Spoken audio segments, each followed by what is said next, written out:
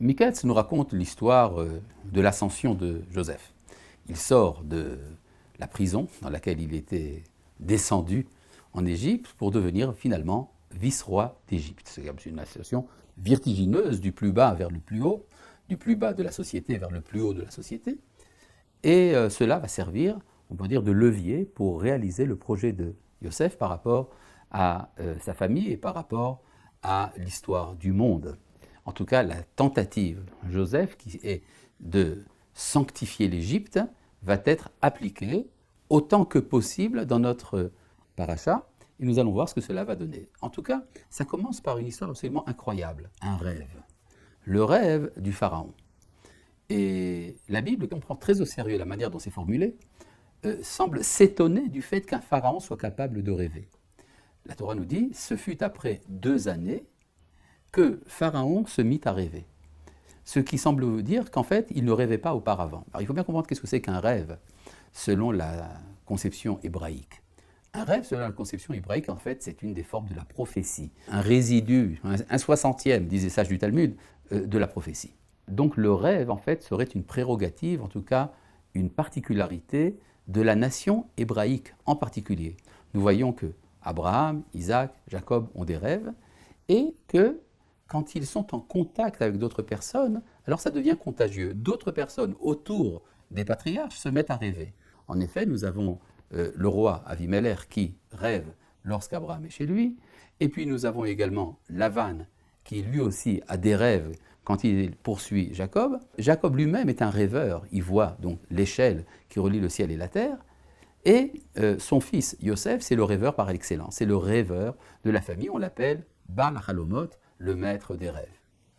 Et quand il est en prison, eh bien ça devient contagieux. Ses compagnons de cellule, si on peut dire, se mettent à rêver eux aussi. L'un d'entre eux sort de prison, devient à nouveau dignitaire dans la cour du pharaon, et ça prend donc 2 ans pour inoculer le pharaon. Le pharaon aussi se met à rêver. C'est donc un pharaon qui n'est pas comme les autres. C'est un pharaon, comme disait Manitou, qui est en route pour devenir hébreu. Et donc, il se passe des choses assez extraordinaires dans son rêve. Il voit 7 vaches grasses qui sont englouties par 7 vaches maigres. Il voit également 7 épis de blé bien pleins qui sont également engloutis par 7 épis desséchés. Et il se demande, mais qu'est-ce que ça veut dire ? En fait, c'est absolument incroyable. Ça pose un problème. Toute personne comprend que si au début, il y a des vaches grasses, et qu'après, ce sont des vaches maigres, ça veut dire qu'au début, il y a de quoi manger, et puis qu'après, il n'y a pas de quoi manger.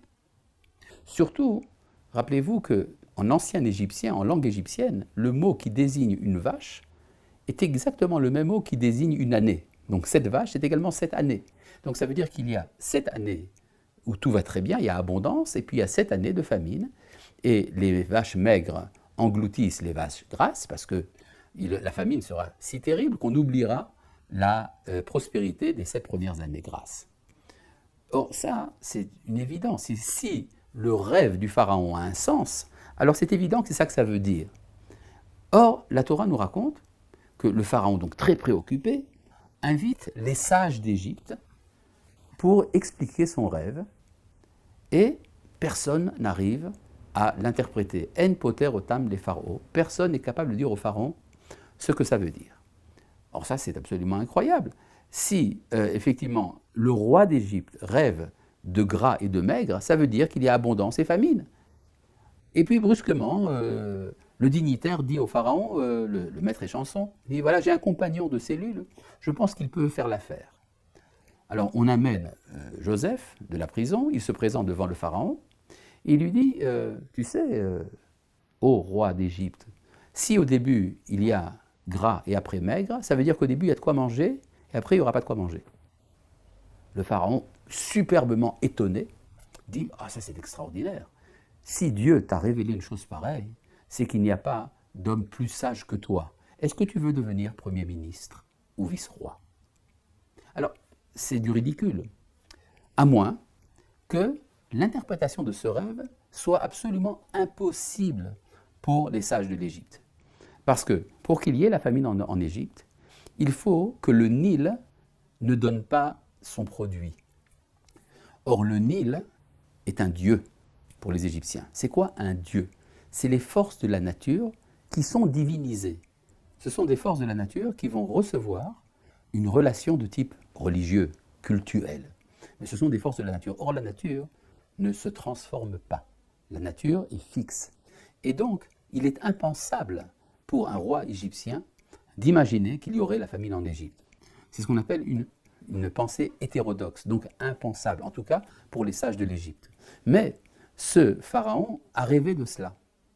Et donc, ça veut dire qu'il attend qu'un hébreu vienne lui expliquer. Et quand arrive l'hébreu, il lui dit ce que ça veut dire, le pharaon dit, tiens, c'est exactement ça que j'attendais. Et donc, c'est toi qui vas transformer l'Égypte, qui va la rendre meilleure selon l'héritage hébraïque. Et c'est exactement ça que Joseph va entreprendre. Or, quand il devient vice-roi d'Égypte et qu'il veut transformer l'Égypte grâce à son plan économique qui va sauver l'Égypte de la famine, eh bien, il a également 2 enfants. Et ces 2 enfants, il va les appeler Ménaché et Éphraïm. Ménaché veut dire ce qui m'a fait oublier. Dieu m'a fait oublier la maison de mon père. Éphraïm, fructifier. Dieu m'a fait fructifier dans le pays de ma misère. Ce qui veut donc dire que pour Joseph, la réussite de son projet doit être faite à un certain prix. Le prix, c'est de couper les relations qu'il entretenait jusqu'à présent avec la maison de son père. On peut imaginer, selon l'analyse précise du texte, que Joseph supposait que sa vente en esclavage en Égypte avait été initiée par son père. C'est-à-dire, vous imaginez, Joseph est en dispute avec ses frères. Un beau jour, son père lui dit « Joseph, mon fils, rends-toi chez tes frères ».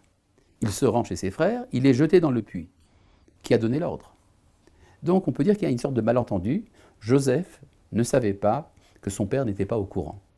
En tout cas, ça lui a permis de se dire « on va réussir en Égypte en se coupant de la tradition familiale ». Or, ce qui se passe, et qui va le surprendre, c'est la rencontre avec ses frères qui viennent acheter du blé en Égypte. Or ça, il ne s'y attendait pas. Or, au moment de les rencontrer, c'est alors qu'il se rend compte qu'ils sont 10 et pas 11. Et c'est là qu'il se rappelle de son rêve. Donc il y en a un 11e qui manque. Le 11e, c'est Benjamin, Binyamin, son frère, fils de sa mère, de Rachel. Il se dit peut-être qu'ils lui veulent du mal, peut-être qu'ils l'ont tué, sait-on jamais, puisque j'ai été rejeté par ma famille, c'est donc que les fils de Rachel sont rejetés, peut-être que également Benjamin.